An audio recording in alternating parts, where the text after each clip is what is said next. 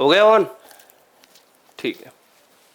Hello friends, आज हम बात करेंगे मॉलिक्यूलर बायोलॉजी के बारे में, जिसे अपन बोलते हैं आणविक जैविकी।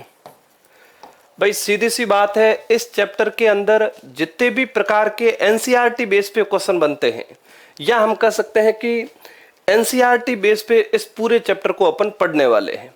एनसीईआरटी के अंदर कुछ ऐसी लाइनें भी है जिससे सीधे नीट के अंदर क्वेश्चन पूछे जाते हैं, या कुछ ऐसे टर्म है तो अपन प्रत्येक टर्म को अंडरलाइन करते हुए एनसीईआरटी के प्रत्येक वर्ड के साथ इस चैप्टर को पढ़ने वाले हैं। ठीक है, तो यदि आप एनसीईआरटी के इस फर्स्ट पेज की बात करें तो इस फर्स्ट पेज के अंदर आपके लिखा हुआ है, जैसे लिविंग सेल है, नॉन लिविंग सेल है, या जो जीवित कोशिकाएं होती हैं प्रोकैरियोटिक और यूकैरियोटिक, उनके अंदर अनुलेखन कैसे होता है, अनुवादन कैसे होता है, डीएनए, आरएनए, इनके बारे में। तो सबसे पहले अपन बात करते हैं लिविंग सेल की।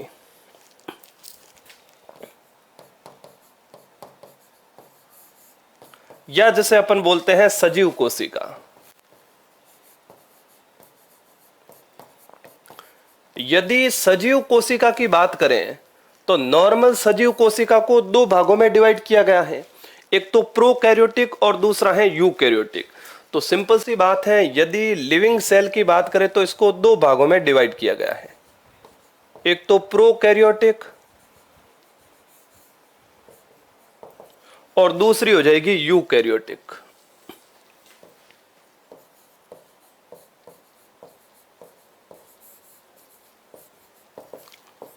ठीक है, यूकैरियोटिक सेल और दूसरी हो जाएगी प्रोकैरियोटिक सेल। अब सिंपल सी बात है, यदि आप प्रोकैरियोटिक सेल को देखते हो तो इनके अंदर आपको पूरा का पूरा डीएनए और आरएनए का सिस्टम कुछ इस प्रकार से दिखता है। मान के चलो ये कोई भी एक प्रोकैरियोटिक सेल है,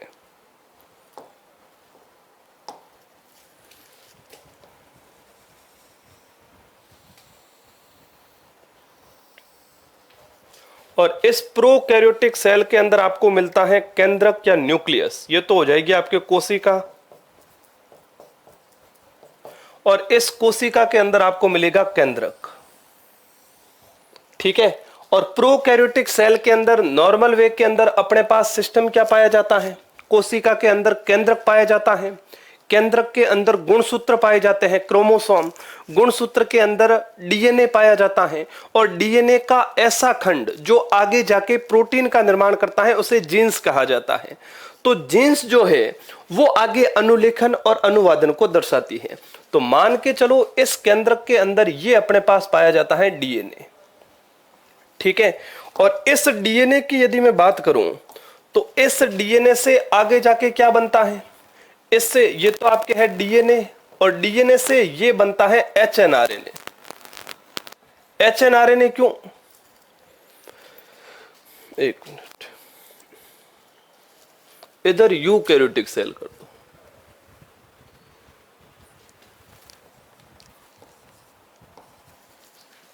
और इधर प्रोकैरियोटिक कर दो।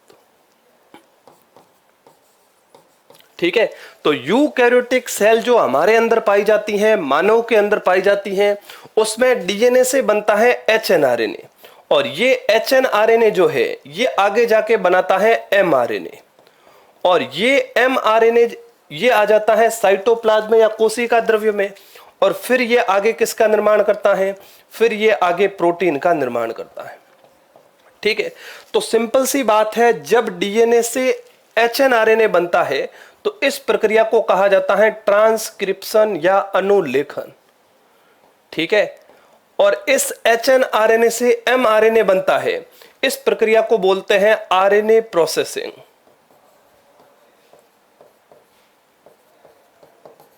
ठीक है, और फिर एमआरएनए से प्रोटीन बनेगा, इसे कहा जाता है अनुवादन या ट्रांसलेशन। तो ये सिंपल पूरा का पूरा सिस्टम जो है ये आपको प्रोकैरियोटिक कोशिका के अंदर देखने को मिलते हैं। तो एनसीईआरटी के फर्स्ट पेज में अपन क्या पढ़ेंगे, अनुलेखन क्या है ये दिया गया है, आरएनए प्रोसेसिंग क्या है, अनुवादन क्या है, प्रोटीन, एमआरएनए और डीएनए, ये पूरे के पूरे टर्म जो है एनसीईआरटी के फर्स्ट पेज में दिए गए। इसके बाद यदि आप प्रोकैरियोटिक सेल को देखते हो तो इस प्रोकैरियोटिक सेल के अंदर मान के चलो ये प्रोकैरियोटिक कोशिका है, और सामान्यतः प्रोकैरियोटिक सेल जो है ये जीवाणु के अंदर या बैक्टीरिया के अंदर देखने को मिलती है। ठीक है, अब प्रोकैरियोटिक सेल के अंदर क्या सिस्टम होता है, प्रोकैरियोटिक के अंदर भी वृत्ताकार द्विरज्जु की डीएनए पाया जाता है, लेकिन उसमें अनुलेखन और अनुवादन साथ साथ में होते हैं। जो आपके पास डीएनए है उस डीएनए से प्रोटीन बनेगा, और प्रोटीन से बनेगा डीएनए से एमआरएनए बनेगा, और एमआरएनए से प्रोटीन। ये दोनों प्रोसेस प्रोकैरियोटिक सेल के अंदर साथ साथ में होते हैं। लेकिन यूकैरियोटिक के अंदर अनुलेखन और आरएनए प्रोसेसिंग है ये तो केंद्रक में होते हैं, और अनुवादन वाला जो सिस्टम है वो साइटोप्लाज्म या कोशिका द्रव्य के अंदर देखने को मिलता है। तो इनके अंदर सिंपल सी बात है, मान के चलो ये वृत्ताकार कोई भी डीएनए है। ठीक है, अब इस डीएनए से क्या बनेगा, इससे बनेगा एमआरएनए, और एमआरएनए से सीधा क्या बन जाता है, प्रोटीन। ठीक है, तो ये सिस्टम तो आपको देखने को मिलेगा प्रोकैरियोटिक सेल के अंदर, और ये सिस्टम देखने को मिलेगा यूकैरियोटिक कोशिका के अंदर। और अपन कह सकते हैं चाहे प्रोकैरियोटिक सेल है चाहे यूकैरियोटिक सेल है, या प्रोकैरियोटिक सेल जो है या लिविंग सेल जो है, इन सब के अंदर आनुवंशिक पदार्थ के रूप में केवल डीएनए पाया जाता है। अपन नॉर्मल वे में पढ़ते हैं आरएनए भी आनुवंशिक पदार्थ है, डीएनए भी आनुवंशिक पदार्थ है। तो यदि मैं इस लिविंग सेल की बात करूं तो इनके अंदर आनुवंशिक पदार्थ के रूप में केवल डीएनए पाया जाता है। तो एनसीईआरटी के फर्स्ट पेज के अंदर लिखा हुआ है डीएनए आनुवंशिक पदार्थ के रूप में कार्य करता है।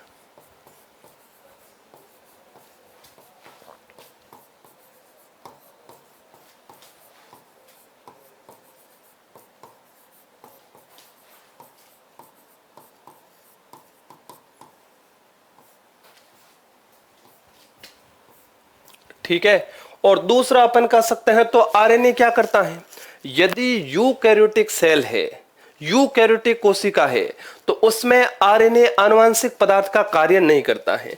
यहां पे यदि अपन देखेंगे तो यहां पे डीएनए से एचएनआरएनए बना, एमआरएनए बना, और एमआरएनए आगे क्या बनाता है, प्रोटीन। यहां से भी डीएनए से एमआरएनए बना, और ये आरएनए आगे क्या बनाता है, प्रोटीन।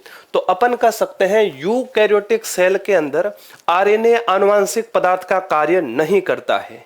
ठीक है, और अपन कह सकते हैं यहां पर आरएनए जो है वो प्रोटीन संश्लेषण का कार्य करता है। यूकैरियोटिक कोशिका में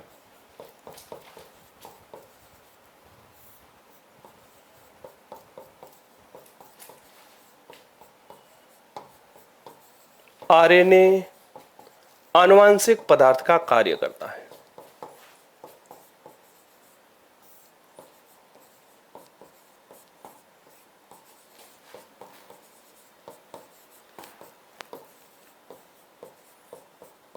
ठीक है,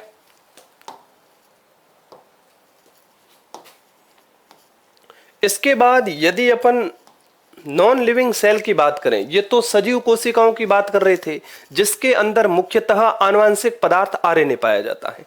लेकिन जो नॉन लिविंग सेल है, निर्जीव कोशिकाएं हैं, उनके अंदर आरएनए जो है वो भी आनुवंशिक पदार्थ के रूप में कार्य कर सकता है।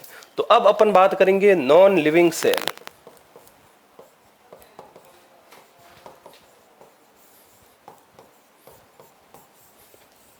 ठीक है, इनके अंदर एक तो अपन कह सकते हैं आरएनए आनुवंशिक पदार्थ के रूप में कार्य करता है,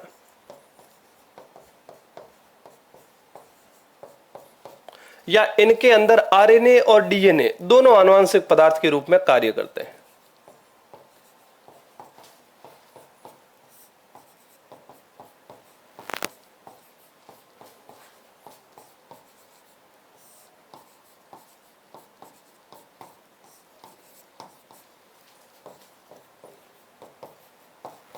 कार्य करते हैं। ठीक है, जैसे जैसे नॉर्मल वे के अंदर यदि अपन बात करें, कोई भी बैक्टीरिया को ले ले, मान के चलो ये कोई भी एक बैक्टीरिया है। ठीक है, बैक्टीरिया का मतलब कोई भी वायरस ले लो आप भले, वायरस की बात करें तो नॉर्मल HIV को ले लो, ह्यूमन इम्यूनो वायरस, ठीक है, ये कोई भी एक वायरस है। यदि इस वायरस को आप देखोगे तो इस HIV के अंदर आनुवंशिक पदार्थ के रूप में पाया जाता है RNA। तो यहां पर आनुवंशिक पदार्थ जो है वो क्या होता है भी, वो होता है आपके RNA, ठीक है। दूसरा, यदि अपन बैक्टीरियोफेज की बात करें या जीवाणु भोजी की बात करें, जो आपको इस प्रकार से देखने को मिल सकता है, ठीक है, ये है आपके जीवाणु भोजी, या जैसे अपन बोलते हैं बैक्टीरियोफेज। तो इस जीवाणु भोजी की यदि मैं बात करूं तो इसमें आनुवंशिक पदार्थ के रूप में क्या पाया जाता है, DNA पाया जाता है।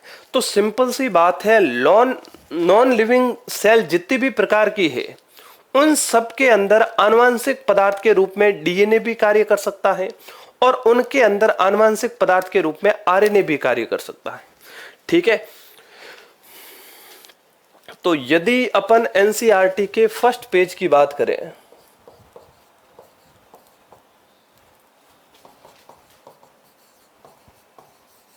तो इस फर्स्ट पेज के अंदर लिखा हुआ है कि मुख्यतः या अधिकतर जीवों के अंदर जो है वो आनुवंशिक पदार्थ के रूप में DNA काम करता है।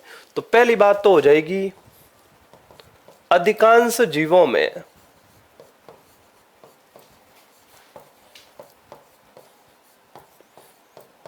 DNA आनुवंशिक पदार्थ के रूप में कार्य करता है।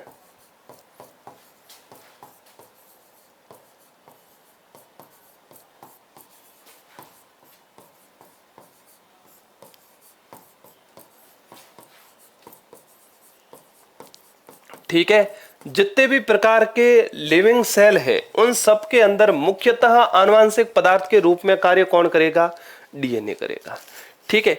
इसके अलावा इस चैप्टर के अंदर दूसरा अपन देखते हैं न्यूक्लिक एसिड। तो यदि मैं न्यूक्लिक एसिड की बात करूं तो न्यूक्लिक एसिड क्या है भाई, न्यूक्लिक अम्ल किसे कहते हैं, न्यूक्लिक अम्ल एक तो कहते हैं आपके DNA को और दूसरा कहते हैं RNA को, ठीक है। तो अपन कह सकते हैं जो न्यूक्लिक एसिड होते हैं वो डीऑक्सी राइबोज न्यूक्लिक एसिड और राइबोज न्यूक्लिक एसिड DNA और RNA होते हैं, ठीक है। और तीसरा यदि बात करें तो RNA जो है भाई, RNA की बात करें तो RNA आनुवंशिक पदार्थ है नहीं। तो RNA आपको यूकैरियोटिक सेल के अंदर तीन प्रकार के देखने को मिल सकते हैं। एक तो rRNA, जैसे अपन सामान्यतः राइबोसोमल RNA कहते हैं। दूसरा है आपके mRNA, जिसे अपन मैसेंजर RNA कहते हैं। और तीसरा है आपके tRNA, जिसे ट्रांसफॉर्मेशन RNA कहते हैं। तो tRNA या ट्रांसफॉर्मेशन RNA की बात करें तो ये क्या कार्य करेगा भी, तो सिंपल सी बात है, इन तीनों RNA में rRNA जो है ये तो मुख्यतः राइबोसोम का निर्माण करता है। भाई प्रोटीन का निर्माण कैसे होगा, इस पूरे शरीर के अंदर जो है जितनी भी प्रकार की लिविंग सेल है उसमें कार्य को संपन्न प्रोटीन के द्वारा किया जाता है। जितने भी प्रकार के कार्य हो रहे हैं, चाहे हाइट बढ़ रही है, चाहे हार्मोन्स बन रहे हैं, चाहे ब्लड कोशिकाओं का निर्माण हो रहा है, सभी कार्य जो है वो प्रोटीन्स के द्वारा किए जाते हैं। भाई सिंपल सी बात है, हाइट को ले लो आप, तो हमारे शरीर के अंदर जीन्स है वो प्रोटीन बनाएगी और प्रोटीन कोशिका विभाजन को प्रेरित करेगी। और जैसे ही कोशिका विभाजन होगा तो कहीं ना कहीं हाइट जो है वो बढ़ जाएगी, और यदि कोशिका विभाजन नहीं होगा तो हाइट नहीं बढ़ेगी। तो प्रत्येक कार्य को नियंत्रित करने का कार्य प्रोटीन के द्वारा किया जाता है। तो अब RNA जो है ये तीन प्रकार का सामान्यतः आपको देखने को मिलेगा। इसमें rRNA क्या करेगा भी, ये तो प्रोटीन का संश्लेषण करेगा, प्रोटीन का संश्लेषण करता है, ठीक है। यदि mRNA की बात करें तो इसे बोलते हैं मैसेंजर RNA। मैसेंजर RNA का क्या कार्य है भी, ये सूचनाओं को एकत्रित करता है, या अपन कह सकते हैं mRNA पर न्यूक्लियोटाइडों का क्रम बना रहता है जो अमीनो अम्ल को कोड करता है। आगे पढ़ेंगे भी कैसे कोड करता है, अनुलेखन क्या है, अनुवादन क्या है। एक बार मैं आपको बता दूं, ये ऐसी श्रृंखला है जिस पर न्यूक्लियोटाइडों के क्रम पाए जाते हैं, adenine, guanine, thymine, cytosine, uracil, ये वाले, ठीक है। तो इस पर अपन कर सकते हैं न्यूक्लियोटाइडों का क्रम उपस्थित होता है।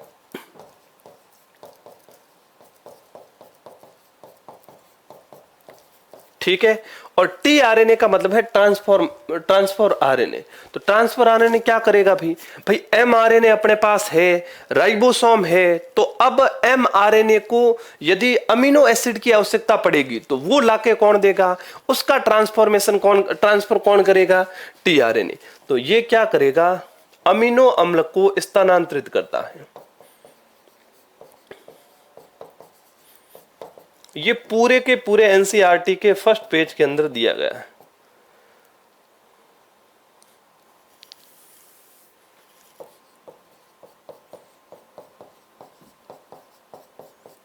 स्थानांतरित करता है। ठीक है, चलो इसके बाद अपन ने कहा मुख्यतः आनुवंशिक पदार्थ जो है वो तो डीएनए होता है। तो क्या आरएनए भी आनुवंशिक पदार्थ होता है क्या? तो आरएनए आनुवंशिक पदार्थ कहां होता है वो देखो आप।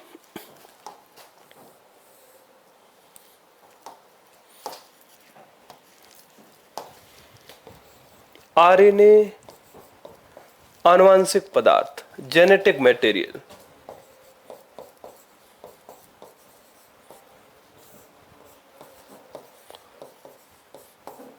ठीक है, तो आरएनए आनुवंशिक पदार्थ कहां पर होता है भी?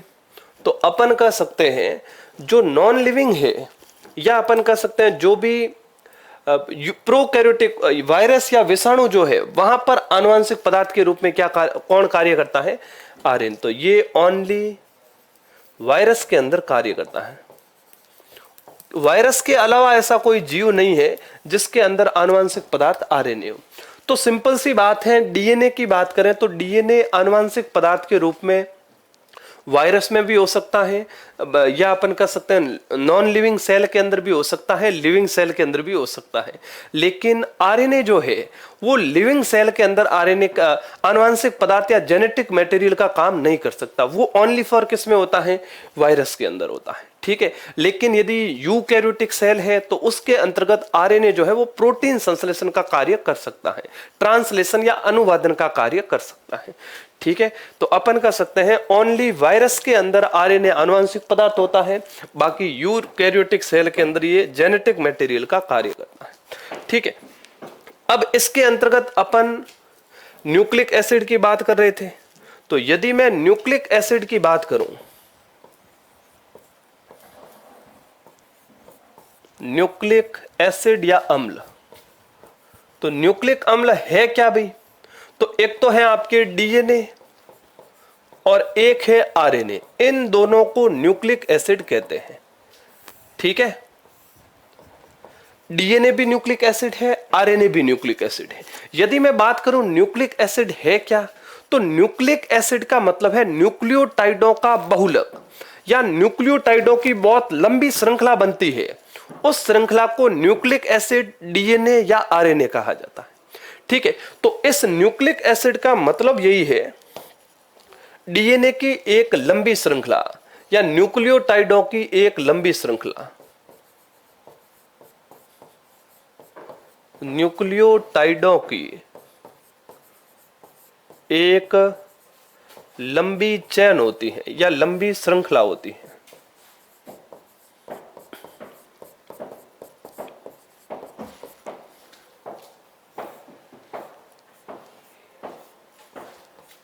ठीक है,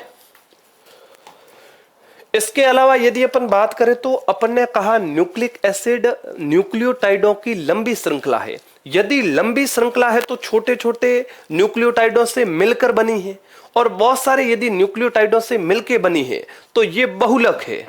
बहुलक दो प्रकार के हो सकते हैं, सम और विषम। ठीक है, तो अपन कह सकते हैं कि यदि लंबी श्रृंखला बनी है तो सेम बहुलक सेम न्यूक्लियोटाइडों से बनी है, अलग अलग न्यूक्लियोटाइडों से बनी है। तो ये जो डीएनए की लंबी श्रृंखला बनती है, लंबी चेन बनती है, इसमें अलग अलग प्रकार के नाइट्रोजन क्षारक होते हैं। एडेनिन हो सकता है, ग्वानिन हो सकता है, थाइमिन हो सकता है, ठीक है, साइटोसिन हो सकता है। तो अलग अलग न्यूक्लियोटाइडों से बनी है। तो ये बहुलक तो है। तो कैसे बहुलक कैसा है? हेट्रो होगा क्या होमो होगा, विषम बहुलक होगा सम बहुलक होगा। तो अपन कह सकते हैं अलग अलग प्रकार की चेन से बनी है, इस कारण विषम बहुलक है। तो सिंपल सी बात है, न्यूक्लिक एसिड जो है या न्यूक्लिक अम्ल जो है ये न्यूक्लियोटाइडों के विषम बहुलक है, न्यूक्लियोटाइडों के विषम बहुलक है।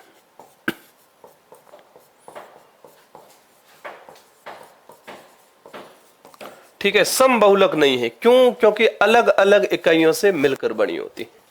ठीक है, अब सिंपल सी बात है, यदि मैं बात करूं इस न्यूक्लिक एसिड का निर्माण कैसे होता है, ये तो अपन ने बोल दिया कि भाई डीएनए और आरएनए जो है ये न्यूक्लिक एसिड है, न्यूक्लियोटाइडों के विषम बहुलक है। लेकिन यदि मैं बात करूं इसका निर्माण कैसे होगा भी, तो निर्माण के लिए मुख्यतः इसमें क्या क्या चीजें काम आती हैं।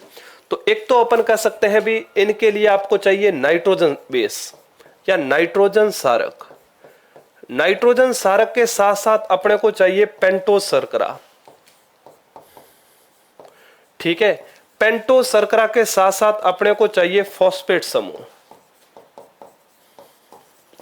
ये सब जब मिल जाएंगे तो जब जो स्ट्रक्चर बनेगी उस स्ट्रक्चर को कहा जाता है आपके न्यूक्लियोटाइड।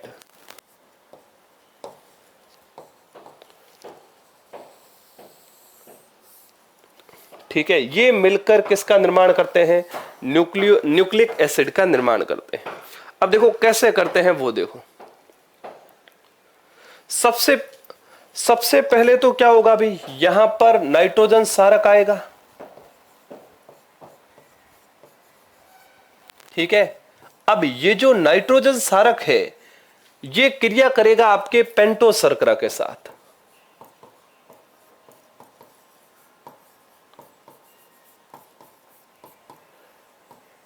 पेंटोज शर्करा 5 कार्बन वाली शर्करा होती है, आपके पास नाइट्रोजन बेस आ गया, पेंटोज शर्करा आ गई, दोनों आपस में मिल जाएंगे। मिलने से जो स्ट्रक्चर बनती है उसे बोलते हैं न्यूक्लियोसाइड। इधर से ये आएगा, इधर से ये आएगा, जब दोनों मिल जाएंगे तो इसे बोलते हैं न्यूक्लियोसाइड।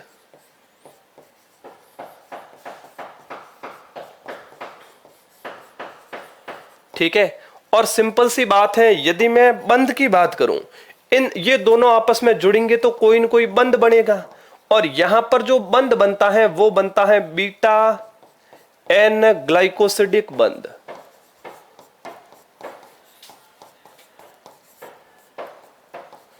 ठीक है, इस बंध के माध्यम से ये दोनों आपस में जुड़ जाएंगे और जुड़ के किसका निर्माण करते हैं? न्यूक्लियोसाइड का निर्माण करते हैं। ठीक है, अब क्या होगा अभी, अब ये न्यूक्लियोसाइड जो है ये इस फॉस्फेट समूह के साथ जुड़ेगा। फॉस्फेट समूह का मतलब H3PO4। ठीक है, तो यहां पर अब क्या ऐड हो जाएगा अभी,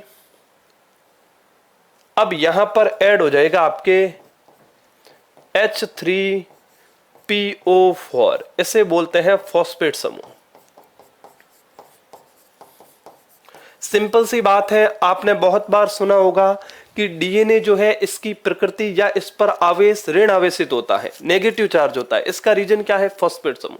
इसके और भी रीजन है, लेकिन एक ये भी रीजन है कि डीएनए जो है उस पर नेगेटिव चार्ज होता है क्योंकि उसके अंदर क्या पाया जाता है? फॉस्फेट समूह।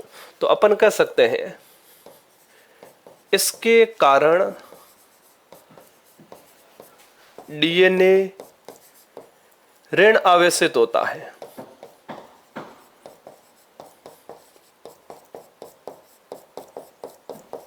ठीक है, चलो इसके बाद जैसे ही इस स्ट्रक्चर के अंदर ये ऐड होगा तो अब क्या होगा, अभी इसके साथ न्यूक्लियोसाइड के साथ H3PO4 जुड़ गया, तो अब जो नई स्ट्रक्चर बनेगी इस स्ट्रक्चर को क्या कहा जाता है? इसे बोलते हैं न्यूक्लियोटाइड।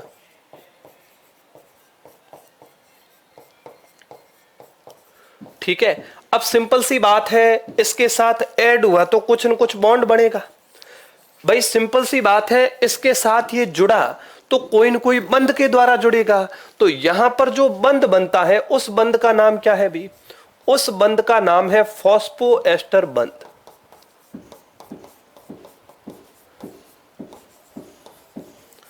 ठीक है, इस बंध के माध्यम से जो है ये दोनों आपस में जुड़ जाते हैं और न्यूक्लियोटाइड का निर्माण करते हैं। अब ये न्यूक्लियोटाइड जो है इसका बहुलीकरण होगा, बहुत सारे न्यूक्लियोटाइड आपस में जुड़ेंगे, 5, 10, 1000, 15, 20 जितने भी हजार जुड़ सकते हैं उतने जुड़ेंगे तो एक डीएनए की लंबी चेन बनेगी, और जो लंबी चेन बनेगी उसे क्या कहा जाता है, डीएनए या आरएनए या उसको न्यूक्लिक एसिड कहा जाता है। ठीक है, तो अब ये जो है इसका होगा बहुलीकरण।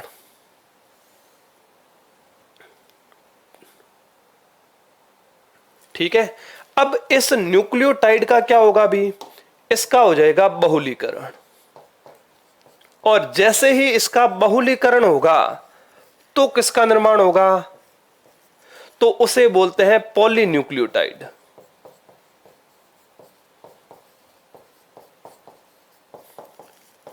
और ये जो पॉलीन्यूक्लियोटाइड है इससे ही क्या बनता है, डीएनए और आरएनए का निर्माण होता है।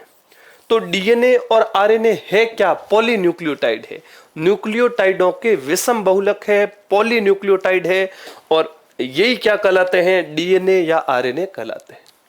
ठीक है,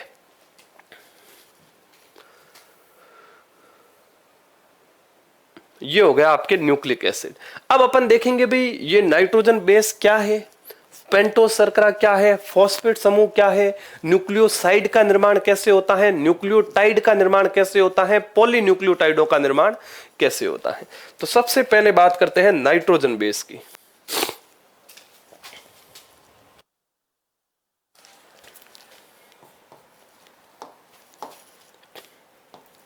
नाइट्रोजन बेस या नाइट्रोजन सारक,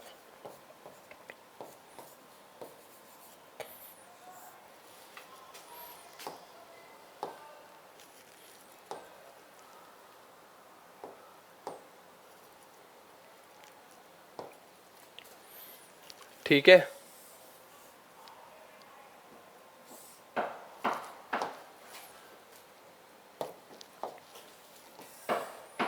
सबसे पहले अपन बात करेंगे नाइट्रोजन सारक की। ठीक है, अब नाइट्रोजन सारक आपको दो प्रकार के देखने को मिल सकते हैं, कौन कौन से भी, एक तो हो जाएगा प्यूरिन और दूसरा हो जाएगा पिरिमिडीन।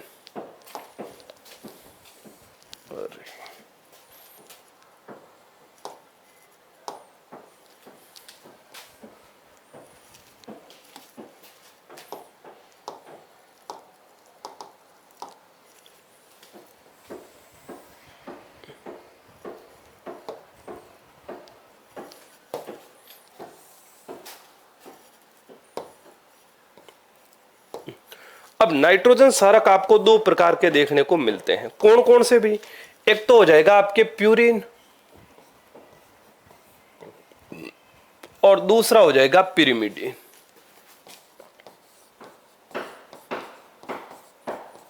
इन दोनों में क्या डिफरेंट है भी, वैसे यदि मैं बात करूं भी नाइट्रोजन सारक ही है क्या आखिर, तो ये एक प्रकार के वलय होते हैं लेकिन विषम चक्री वलय होते हैं। जैसे आपने बेंजीन नाम सुना होगा, तो उस प्रकार के वलय की संरचना जो है वो कहलाती है नाइट्रोजन सारक। तो अपन कह सकते हैं ये जो नाइट्रोजन सारक है ये विषम चक्रीय वलय होते हैं।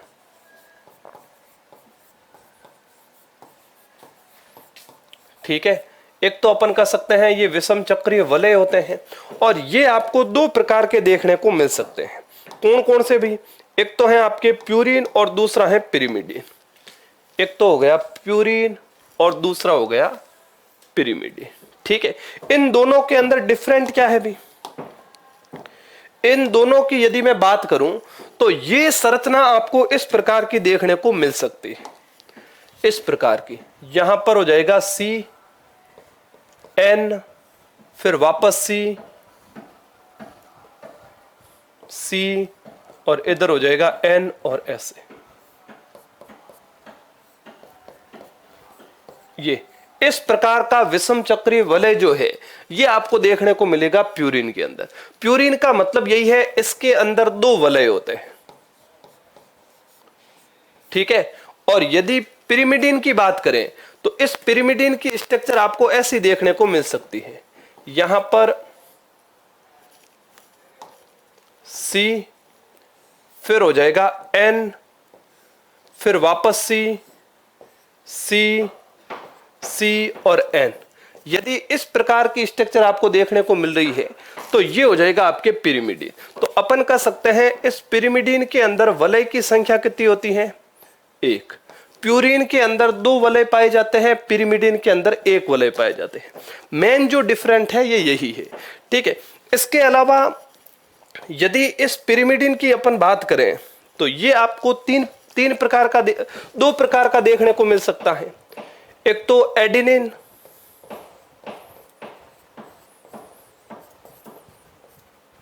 और दूसरा है आपके ग्वानिन।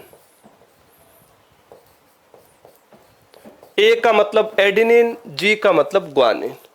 और पिरिमिडीन की बात करें तो ये आपको 3 प्रकार के देखने को मिल सकते हैं। एक तो हो जाएगा साइटोसिन, इसे अपन कट से भी पहचान सकते हैं, CUT। सी का मतलब साइटोसिन, यू का मतलब यूरेसिल और टी का मतलब हो जाएगा थाइमिन। तो ये आपको 3 प्रकार के देखने को मिल सकते हैं, ठीक है। तो कुल जो नाइट्रोजन सारक है वो 5 प्रकार के हो गए। अब इसमें से एडेनिन, ग्वानिन और साइटोसिन और थाइमिन ये जो है ये तो मुख्यतः डीएनए के अंदर पाए जाते हैं। भाई वैसे दोनों के अंदर डिफरेंट जो है वलय का है, एक में 2 वलय पाए जाते हैं, एक में 1 वलय पाए जाते हैं। इस प्यूरिन की बात करें तो एडेनिन और ग्वानिन 2 प्रकार के होते हैं, ये साइटोसिन, थाइमिन और यूरेसिल 3 प्रकार के होते हैं, ठीक है। अब इसमें मेन जो डिफरेंट है वो क्या है वो देखो। यहां पर यदि मैं बात करूं इस एडेनिन की तो ये डीएनए के अंदर भी देखने को मिलेगा आपको और आरएनए के अंदर भी आपको देखने को मिल जाएगा। ग्वानिन की यदि मैं बात करूं तो ये भी आपको डीएनए के अंदर देखने को मिलेगा और ये आपको आरएनए के अंदर भी देखने को मिलेगा, ठीक है। साइटोसिन की बात करें तो ये भी आपको डीएनए के अंदर भी देखने को मिलेगा और आरएनए के अंदर भी देखने को मिलेगा। यूरेसिल की बात करें तो ये ओनली किस में पाया जाता है? ये ओनली आरएनए के अंदर देखने को मिलेगा, डीएनए के अंदर यूरेसिल एब्सेंट होता है। और यदि थाइमिन की बात करें तो ये ओनली किस में देखने को मिलेगा? डीएनए के अंदर और आरएनए के अंदर ये सिस्टम क्या होता है? एब्सेंट होता है। तो इस पूरे सिस्टम के अंदर यदि मैं पूछूं ओनली डीएनए के अंदर कौन सा सिस्टम पाया जाता है, वो है आपके थाइमिन। यदि पूछूं ओनली आरएनए के अंदर कौन सा सिस्टम देखने को मिल सकता है तो वो है आपके यूरेसिल।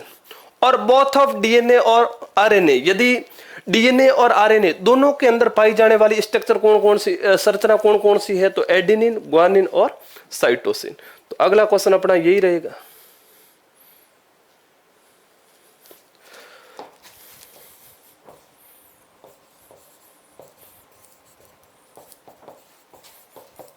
डीएनए और आरएनए दोनों के अंदर कौन कौन सा सिस्टम पाया जाता है? तो एक तो एडेनिन पाया जाता है, एक ग्वानिन पाया जाता है और तीसरा आपके साइटोसिन, ठीक है। यहां से बहुत बार क्वेश्चन भी पूछ लेते हैं, जैसे जैसे एक मैं करवा देता हूं आपको। इसको देखो, जैसे एक क्वेश्चन है आपके पास, डीएनए में कौन सा नाइट्रोजन सारक एब्सेंट होता है? यदि डीएनए की बात करें तो उसमें कौन सा नाइट्रोजन सारक एब्सेंट होता है? एडेनिन, ग्वानिन, थाइमिन या यूरेसिल?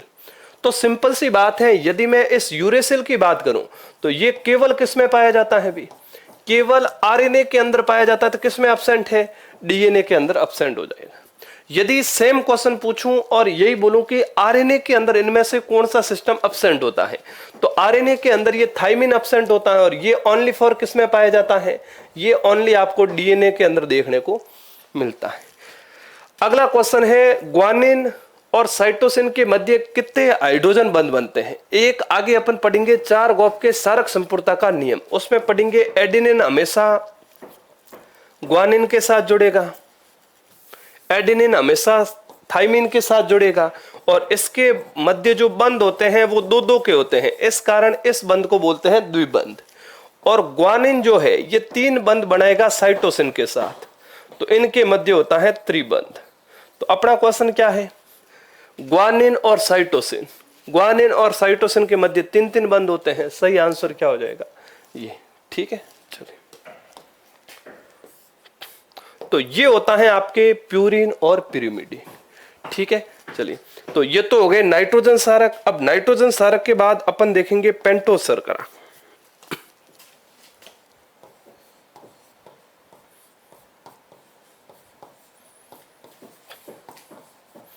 पेंटोस शर्करा की यदि मैं बात करूं तो सिंपल सी बात है, 5 कार्बन युक्त एक शर्करा होती है और उसी शर्करा को अपन क्या बोलते हैं, पेंटोस शर्करा।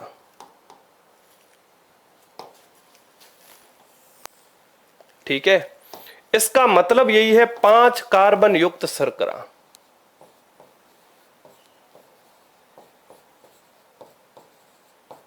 मतलब इसमें कार्बन कितने होंगे भाई, 5। और ये शर्करा भी 2 प्रकार की होती हैं, एक तो डीऑक्सी राइबोस शर्करा और एक होगी राइबोस शर्करा। डीऑक्सी राइबोस शर्करा ओनली फॉर डीएनए के अंदर देखने को मिलेगी और राइबोस शर्करा जो है वो आपको आरएनए के अंदर देखने को मिलती है। कैसे दिखती हैं वो भी अपन देख लेंगे।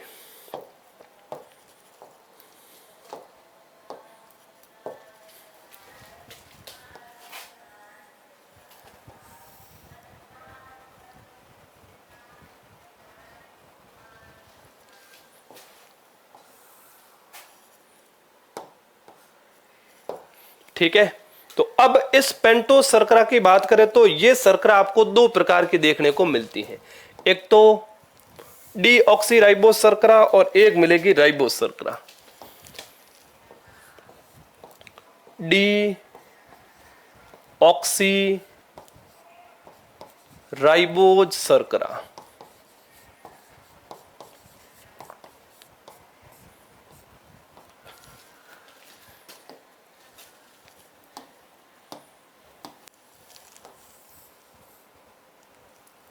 और एक मिलेगी आपको राइबोस शर्करा।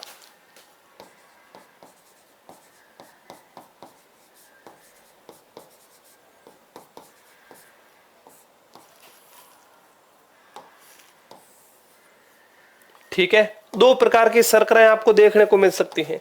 अब दोनों की यदि आप स्ट्रक्चर देखना चाहो तो मान के चलो सबसे पहले अपन देखते हैं इसकी।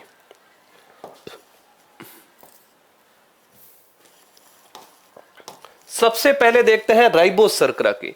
एक तो अपन कह सकते हैं ये स्ट्रक्चर ओनली फॉर किस में पाई जाती हैं, आरएनए के अंदर प्रेजेंट होती हैं। और यदि डीऑक्सी राइबोस शर्करा की बात करें तो ये किस में पाई जाती हैं, ये आपको डीएनए के अंदर देखने को मिलेगी।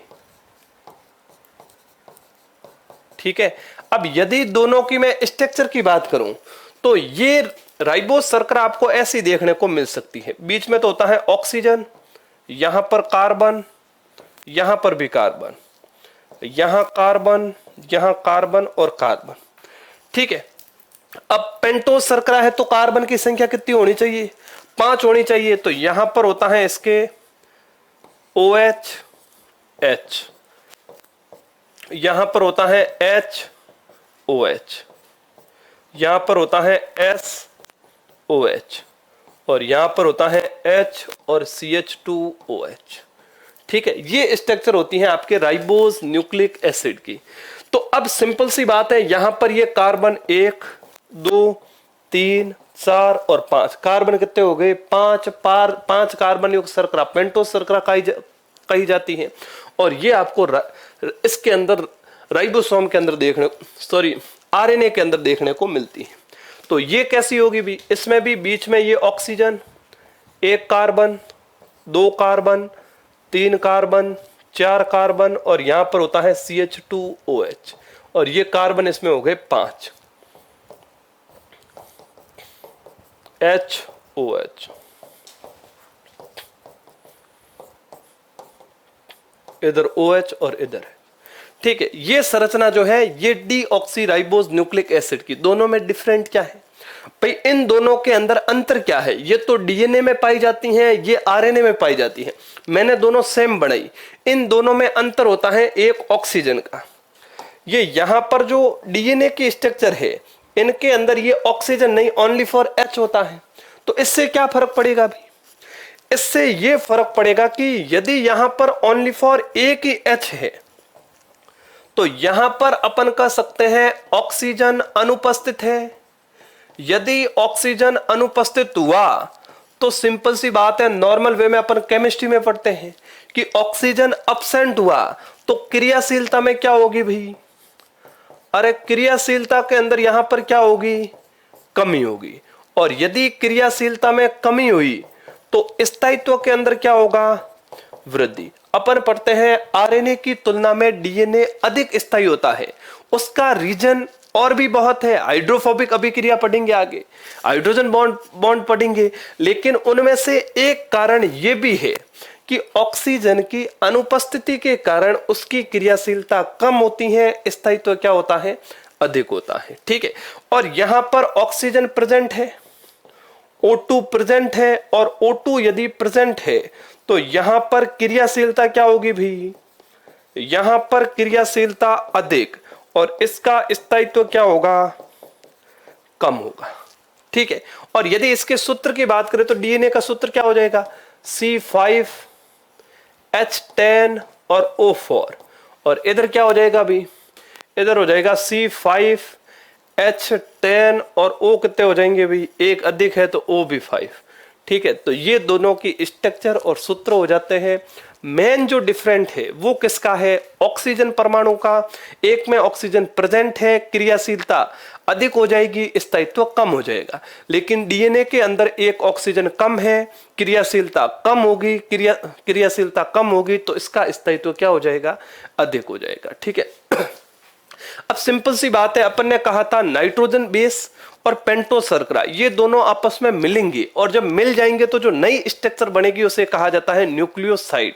तो अगला टॉपिक है न्यूक्लियोसाइडों का निर्माण।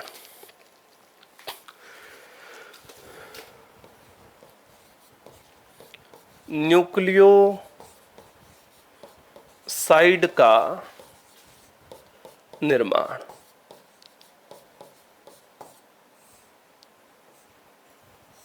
ठीक है, और न्यूक्लियोसाइड का निर्माण कैसे होगा भी,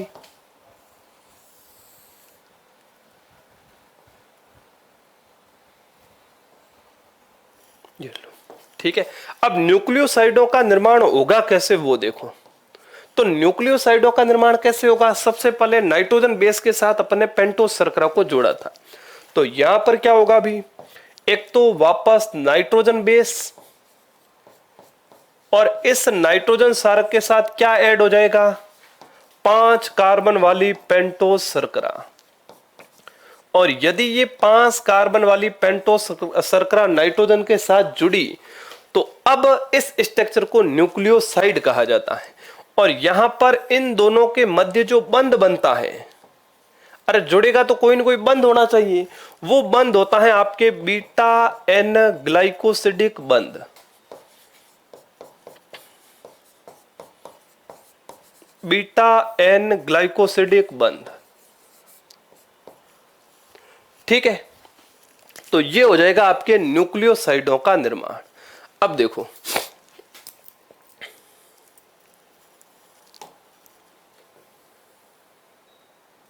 अब यहां पर न्यूक्लियोसाइड का निर्माण अब होगा कैसे, एक तो क्या जुड़ेगा, नाइट्रोजन क्षारक, और दूसरा क्या जुड़ेगा, पेंटोस शर्करा। तो अब इसको अपन जोड़ते हैं। सबसे पहले तो 5 कार्बन वाली ये पेंटोस शर्करा को ले लेते हैं, ये एक कार्बन, ये दूसरा कार्बन, ये तीसरा कार्बन, ये चौथा कार्बन, और ये 5वां कार्बन। ठीक है, अब सिंपल सी बात है, यहां पर क्या होगा भी, यहां पर हो जाएगा CH2OH, यहां पर हो जाएगा S, यहां पर होगा S, और यहां पर होगा OH, यहां पर हो जाएगा H, और यहां पर हो जाएगा OH, और यहां पर OH, और यहां पर H।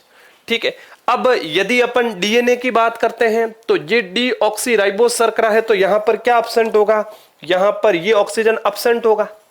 ठीक है, अब नया न्यूक्लियोटाइड जो है, या ये जो पेंटोस शर्करा है, इसके ऊपर जो नया नाइट्रोजन बेस जुड़ता है वो कौन सा जुड़ेगा भी, यहां पर वो हमेशा एक तो पहले कार्बन पे जुड़ता है।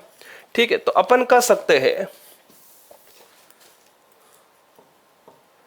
नया न्यूक्लियोटाइड या नाइट्रोजन क्षारक हमेशा फर्स्ट कार्बन पर जुड़ता है।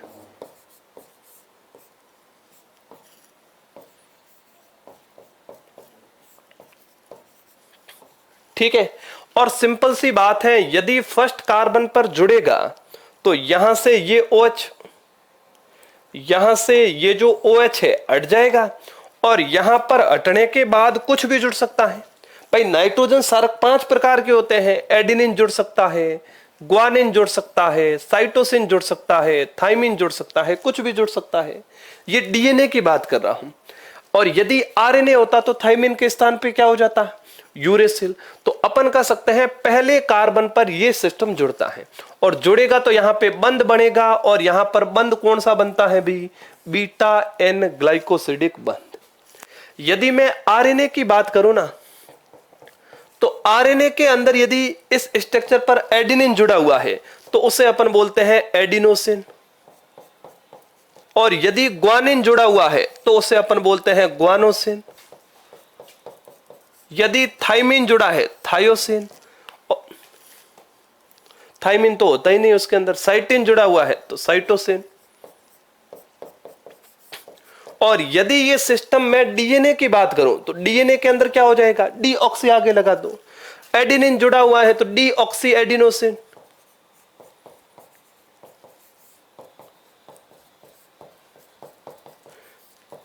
ग्वानिन जुड़ा हुआ है तो डीऑक्सी ग्वानोसिन। ठीक है, तो इस प्रकार से डीऑक्सी आगे लगा के अपन इनको जोड़ सकते हैं। ठीक है, तो इस प्रकार से ये जुड़ गया।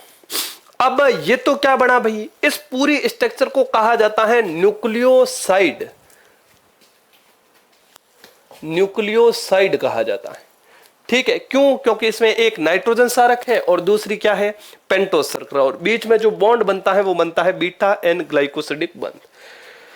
ठीक है, इसके बाद एक बार इस पेज को वापस देख लेते हैं अपन। ये पहला पेज, ठीक है, इसके अंदर ये न्यूक्लियोटाइड, स्थानांतरण, आरएनए, डीएनए, ये सब बता दिए। इसके अलावा इसके अंदर यदि दूसरे पेज के अंदर आप देखते हो तो एक और चीज लिखी हुई, ठीक है, थाइमिन वगैरह ये भी बता दिया। अब सिंपल सी बात है कि एक और चीज आपको बता देता हूं कि जो डीएनए की लंबाई है ये किस पर निर्भर करती है भाई, ये डीएनए की लंबाई समानुपाती होती है। किसके होती है भी, डीएनए की लंबाई समानुपाती होती है आपके नाइट्रोजन सारकों की संख्या पर।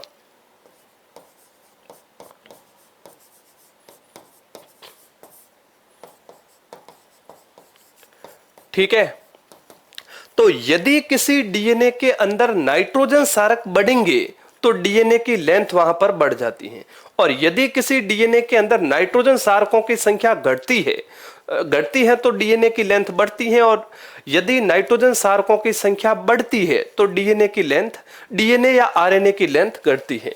डीएनए या यहां पर आप आरएनए भी ले सकते हो।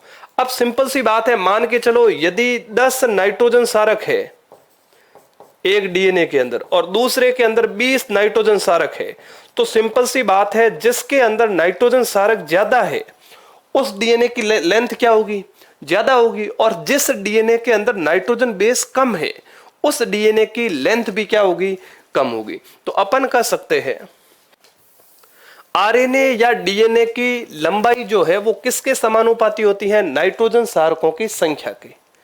अब सिंपल सी बात है, एनसीईआरटी के अंदर कुछ ऐसे दिए हुए भी है एग्जाम्पल, जैसे एक दिया हुआ है बैक्टीरियोफेज लैम्डा। इनके अंदर यदि अपन बात करें तो लगभग 48502 बेस पेयर पाए जाते हैं। इस बेस पेयर का क्या मतलब है, जैसे एडेनिन किसके साथ जुड़ता है भी, अरे एडेनिन थाइमिन के साथ जुड़ता है, ग्वानिन जो है वो साइटोसिन के साथ जुड़ता है, तो ये एक पूरा का पूरा बंध है, इसे बोलते हैं बेस पेयर, क्षार युग्म। ठीक है, तो सिंपल सी बात है, बैक्टीरियोफेज लैम्डा जो है इसके अंदर कितने बेस पेयर पाए जाते हैं, 48502। इसके अलावा यदि मैं इकोलाई जीवाणु की बात करूं तो इस इकोलाई जीवाणु के अंदर कितने बेस पेयर पाए जाते हैं, तकरीबन 5386 बेस पेयर। ठीक है, अरे इकोलाई की बात करें तो 4.6 × 10⁻6 बेस पेयर पाए जाते हैं। ठीक है, इसके अलावा यदि मैं मानव की बात करूं तो मानव के अंदर अगुणित भी हो सकता है डीएनए, और मानव के अंदर डीएनए द्विगुणित भी हो सकता है। यदि मानव के अंदर अगुणित डीएनए है तो यहां पर पाया जाता है 3.3 इंटू 10 की घात 9 बेस पेयर, और द्विगुणित है तो 6.6 इंटू 10 की घात 9 बेस पेयर, ये सिस्टम पाया जाता है। एनसीईआरटी के अंदर एक और भी लिखा हुआ है 5 इंटू 174, तो इनके अंदर पाया जाता है 5386 बेस पेयर। तो सिंपल सी बात है, यदि नाइट्रोजन क्षारकों की संख्या किसी भी डीएनए या आरएनए के अंदर बढ़ती है तो सिंपल सी बात है डीएनए की और आरएनए की लेंथ भी बढ़ती है, और नाइट्रोजन क्षारकों की संख्या घटती है तो डीएनए और आरएनए की लेंथ भी घटती है। तो ये एक दूसरे के क्या होते हैं, समानुपाती। ठीक है, चलो, तो अपन ने न्यूक्लियोसाइडों का निर्माण कर दिया था। अब अपन बात करेंगे न्यूक्लियोटाइडों की। और न्यूक्लियोटाइडों का निर्माण कैसे होगा, न्यूक्लियोसाइड के साथ फॉस्फेट समूह को ऐड कर दो। यदि न्यूक्लियोसाइड के साथ फॉस्फेट समूह ऐड हो गया, नई स्ट्रक्चर बनेगी, उसे क्या बोलोगे, न्यूक्लियोटाइड। तो अगला हो जाएगा न्यूक्लियोटाइडों का निर्माण।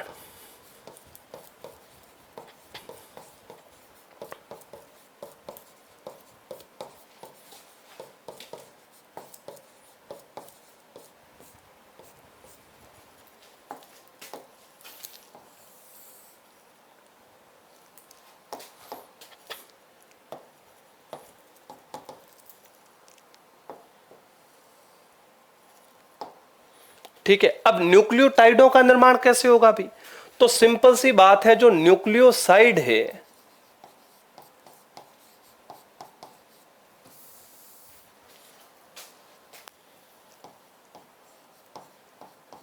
न्यूक्लियोसाइड, इस न्यूक्लियोसाइड के साथ किसको ऐड करोगे भी, इसके साथ आप ऐड कर दो फॉस्फेट समूह को। और यदि फॉस्फेट समूह को ऐड करोगे तो जो नई स्ट्रक्चर बनेगी उसे कहा जाता है न्यूक्लियोटाइड। ठीक है, अब सिंपल सी बात है, यदि ये दोनों आपस में जुड़ेंगे तो इनके मध्य भी बंध बनेगा, और इन दोनों के मध्य जो बंध बनता है उस बंध को कहा जाता है फॉस्फोएस्टर बंध। उस सिस्टम को कहा जाता है फॉस्फोएस्टर बंध। ठीक है, अब ये कैसे बनता है वो देखो। अब सबसे पहले तो आपको न्यूक्लियोसाइड लाना होगा। न्यूक्लियोसाइड की स्ट्रक्चर कुछ ऐसी होती है,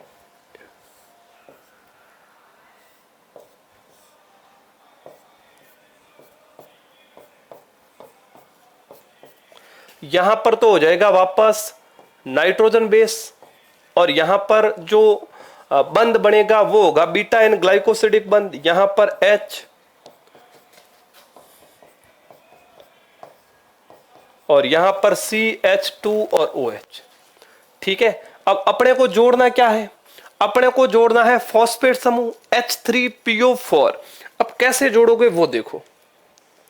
यदि आपको यहां फॉस्फेट समूह जोड़ना है H3PO4, ये P OH OH H OH, PO4 है ना।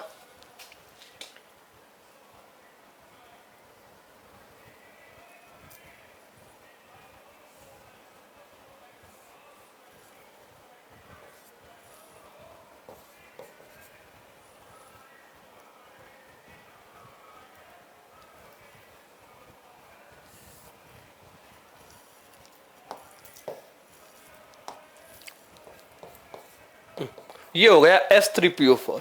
अब यहां पर क्या होगा भी, यहां पर ये OH और ये H ये आपस में कर देंगे क्रिया, और क्रिया करेगा तो यहां H2O बाहर निकल जाएगा। भाई केमिस्ट्री में आप पढ़ते हो, यहां से तो O, सॉरी यहां से ले लो आप H, ये S और इधर से OH, क्या H2O बाहर निकल जाएगा।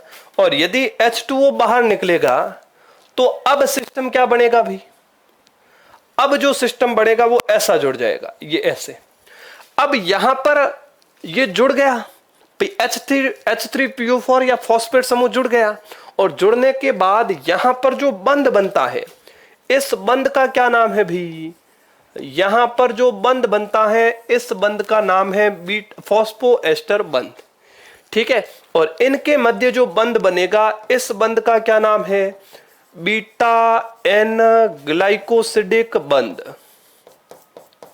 ग्लाइकोसिडिक बंध। ठीक है, तो ये सिस्टम जो है, अब इस स्ट्रक्चर को आप पूरी को क्या बोलोगे? अब इस स्ट्रक्चर को कहा जाता है न्यूक्लियोटाइड। अब इस न्यूक्लियोटाइड की स्ट्रक्चर पर बहुत सारे ऐड कर दो, और नया न्यूक्लियोटाइड जो है वो हमेशा किस पे जुड़ता है? वो इस तीसरे कार्बन पे, तीसरे कार्बन पे नया न्यूक्लियोटाइड जोड़ दो, और बहुत सारे जब न्यूक्लियोटाइड आपस में जुड़ जाएंगे तो एक बड़ी स्ट्रक्चर बनेगी जिसे पॉलीन्यूक्लियोटाइड कहा जाता है। वही आरएनए और डीएनए होता है। देखो कैसे बनेगी। तो ये बन गया आपके न्यूक्लियोटाइड, है ना। अब अपन बात करेंगे पॉलीन्यूक्लियोटाइड की।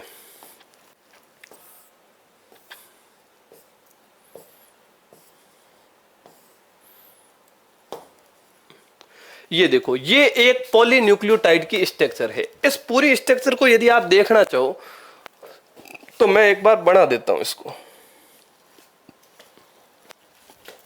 ये आपके कुछ इस प्रकार से बनी हुई है।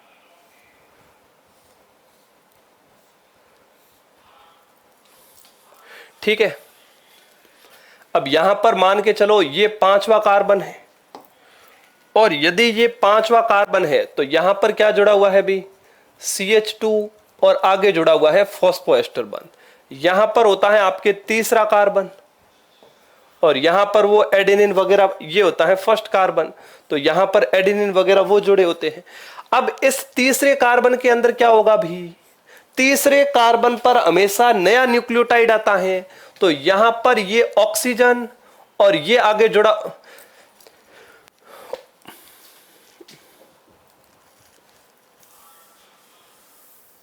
ये फॉस्फेट बंध, ये आगे किससे जुड़ा है? CH2 से। ठीक है, और ये आगे एक और स्ट्रक्चर को बढ़ा देगा। 5 मिनट।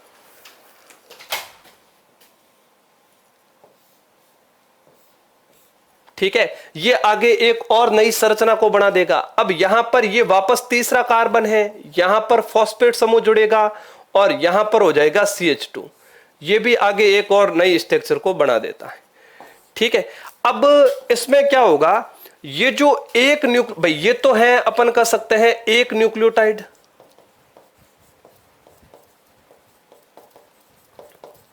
ये भी एक न्यूक्लियोटाइड, ये भी एक न्यूक्लियोटाइड, और यदि 3 न्यूक्लियोटाइड हो गए तो इस संरचना को कहा जाता है ट्राई न्यूक्लियोटाइड। ठीक है, अब सिंपल सी बात है कि यहां पर एक फॉस्फोएस्टर या फॉस्फोएस्टर बंध जुड़ा हुआ है, यहां पर ये दूसरा फॉस्फोएस्टर बंध जुड़ा हुआ है, यहां पे तीसरा जुड़ा हुआ है, यहां पर एक डाइफॉस्फोएस्टर बीटा एन ग्लाइकोसिडिक बंध है, यहां पर भी है, यहां पर भी है। तो वैसे यदि आप देखोगे तो यदि एक न्यूक्लियोटाइड है तो इस एक न्यूक्लियोटाइड के अंदर बीटा एन ग्लाइकोसिडिक बंध कितने होते हैं भी? तो एक होता है भाई। इसके अंदर भी एक है, 2 है, 3 है, तो प्रत्येक के अंदर एक होते हैं। यदि मैं फॉस्फोएस्टर बंध की बात करूं तो प्रत्येक के अंदर फॉस्फोएस्टर बंध की संख्या भी कितनी होती है? एक। इसके अंदर भी एक होती है, इसके अंदर भी एक होती है, इसके अंदर भी एक होती है। लेकिन इन दोनों के बीच में फॉस्फोएस्टर बंध कितना है? एक। तो इसे बोलते हैं डाई फॉस्फोएस्टर बंध। ठीक है, इन दोनों के बीच में भी फॉस्फोएस्टर बंध कितना है? एक। तो ये भी क्या कहलाता है? डाई फॉस्फोएस्टर बंध। तो सिंपल सी बात है, 2 फॉस्फोएस्टर या 2 न्यूक्लियोटाइडों के मध्य फॉस्फोएस्टर बंध की संख्या होती है 1, तो इसे बोलते हैं डाई फॉस्फोएस्टर बंध। तो इस 2 के मध्य 1 थी, 3 के मध्य 2 हो गए, 4 के मध्य 3 हो जाएंगे, 3 हो जाएंगे। तो डाई फॉस्फोएस्टर बंध की संख्या जो है न्यूक्लियोटाइडों की संख्या से 1 कम होती है।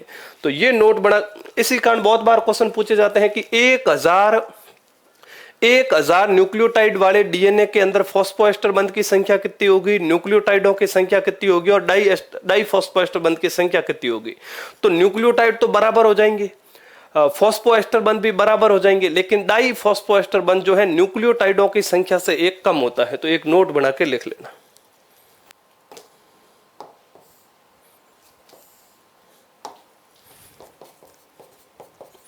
डाई फॉस्फो एस्टर बंध की संख्या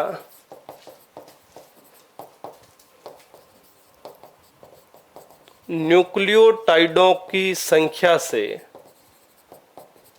एक कम होता है। ठीक है, इसके बाद हिस्ट्री ऑफ डीएनए, डीएनए का हल्का फुल्का इतिहास आता है, वो पढ़ेंगे जब भी हमारी अगली क्लास होगी। जय हिंद, जय भारत।